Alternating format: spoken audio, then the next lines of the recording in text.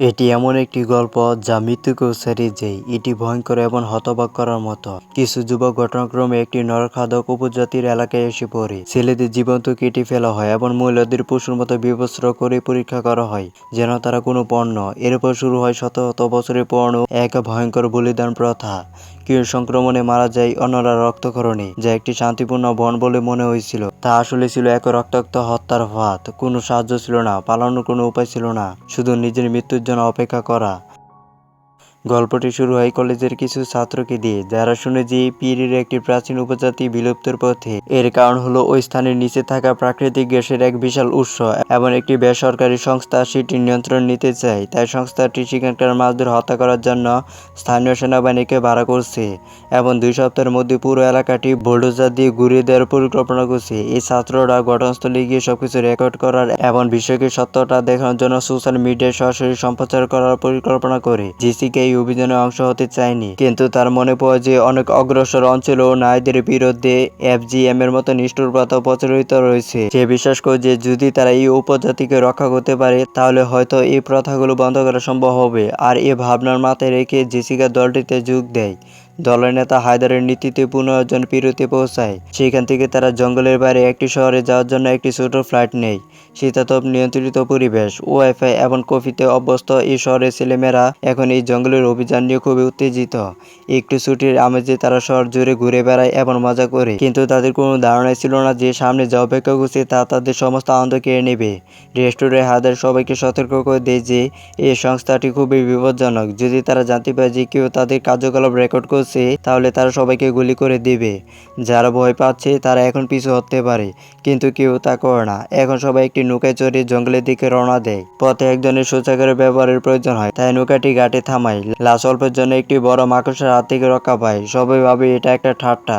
জঙ্গলের সৌন্দর্য তাদের অপার শান্তি এনে দেয়। তারা একটি কালো চিতাবাঘও দেখতে পায়, যাকে স্থানীয়রা প্রকৃতির রক্ষক বলে মনে করে। দলটি ভাবে, বাহ, এই চিতাবাঘটাও আমাদের পক্ষে আছে। দীর্ঘ যাত্রার পর দলটি কোম্পানির কাটার এলাকায় পৌঁছায়। সেখানে সবাই শ্রমিকের পোশাক পরে জঙ্গলে লুকিয়ে প্রবেশ করে। তারপর সবাই লোহার শিকল দিয়ে নিজেদের গাছের সাথে বেঁধে ফেলে, যাতে কেউ তাদের খুলতে না পারে। কিন্তু জেসিকার তালাটি কাজ করে না। কোম্পানির বিস্ফোরণ শুরু করার সাথে সাথেই দলটি লাইভ স্ট্রিম চালু করে এবং স্লোগান দিতে শুরু করে। বন্দুকধারীরা আসে, কিন্তু তারা শিকল ভাঙতে পারে না। তাদের নেতা জেসিকার ফোনটি ছিনিয়ে নেয় এবং ভেঙে ফেলে এবং অন্যদের ভয় দেখানোর জন্য তাকে গুলি করার হুমকি দেয়। হায়দার দ্রুত বলে ফেলে যে জেসিকার বাবা জাতিসংঘের একজন উচ্চপদস্থ কর্মকর্তা। নেতা আতঙ্কিত হয়ে পড়ে। ঠিক তখনই সে একটি ফোন কল পায়। কোম্পানি বুঝতে পারে যে লাইভ স্ট্রিমটি বিষয়টি জনসম্পর্কে প্রকাশ করে দিয়েছে, তাই আর কোনো ঝামেলা না করে তারা মামলাটি এখানে শেষ করে দেয়। দলটি বিমানে চড়ে ফেরার প্রস্তুতি নেয়। সবাই অন্তত আনন্দিত, আমরা একটি উপজাতিকে বাঁচিয়েছি, এমন খ্যাতি অর্জন করেছি। জেসিকা কিছুটা স্বস্তি পায়, কিন্তু তারপর বিমানটি ভারসাম্য হারিয়ে জঙ্গলের উপর দিয়ে সজোরে পড়তে থাকে, যেন কেউ এর ডানা সেটি দিয়েছে। বিমানটি বিধ্বস্ত হয়। কিছু লোক মাঝ আকাশে ছিটকে পড়ে। পাইলট একটি গাছের ডালে ছিন্নভিন্ন হয়ে যায়, বাকি দেহগুলো ছিন্নভিন্ন হয়ে যায়। হেলিকপ্টারের ব্লেডে একজনের মাথার শরীর থেকে বিচ্ছিন্ন হয়ে যায়, আরেকজনের শরীর পুরোপুরি থেতলে যায়। দৃশ্যটি এতটাই ভয়াবহ যে কেউ মারা গেছে আর কেউ বেঁচে আছে তা বলা কঠিন। তারপর দূর থেকে অদ্ভুত শব্দ ভেসে আসে এবং তারপর বিষাক্ত তীরের আক্রমণ শুরু হয়। একে একে সবাই অজ্ঞান হয়ে যায়।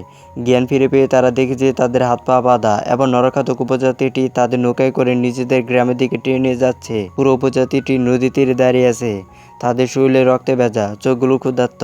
নৌকাটি ঘাটে ভিড়েই পুরুষরা তরুণদের কাঁধে তুলে নেয়, যেন তারা শিকার। প্রত্যেককে গবাদি পশুর মতো তল্লাশি করা হয়। জেসিকা একটি রক্তাক্ত লাশ দেখতে পায়, আর তার পাশে একটি কাঠা মাথা। অবিরাম ভয় আর চিৎকারের মধ্যে সবাইকে গ্রামের ভিতরে টেনে নিয়ে যাওয়া হয়। সে মুহূর্তে একটি মোবাইল ফোন মাটিতে পড়ে। নরখাদকটা লাঠি দিয়ে সেটাকে ভেঙে চুরমার করে দেয়। সব শোরগোল হঠাৎ থেমে যায়। সব একটি পুরানো কুঁড়ে ঘরের সামনে সারিবদ্ধভাবে দাঁড়ায়। সেখান থেকে বেরিয়ে আসে গোত্রের সর্দার, একজন শক্তিশালী ও ভয়ঙ্কর বৃদ্ধ, যার চোখে শীতল এবং ক্রুদ্ধ দৃষ্টি। আসা মাত্রই সে শিকারদের নির্দিষ্টভাবে পরীক্ষা করতে শুরু করে, যেন শিকার বাছাই করছে।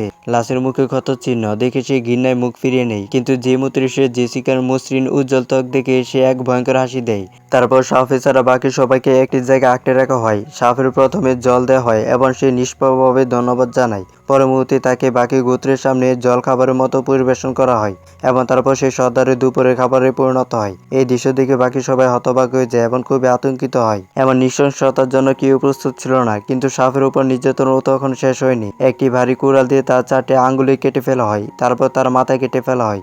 সর্দার তার কাটা মাথাটি তুলে বীরের সামনে দেখায়। তারা উপজাতিটি আনন্দে ফেটে পড়ে। তার ভাগ্যক্রমে বেঁচে গিয়েছিল। তারা ভয়ে এক কোণে জড়সড় হয়ে বসে।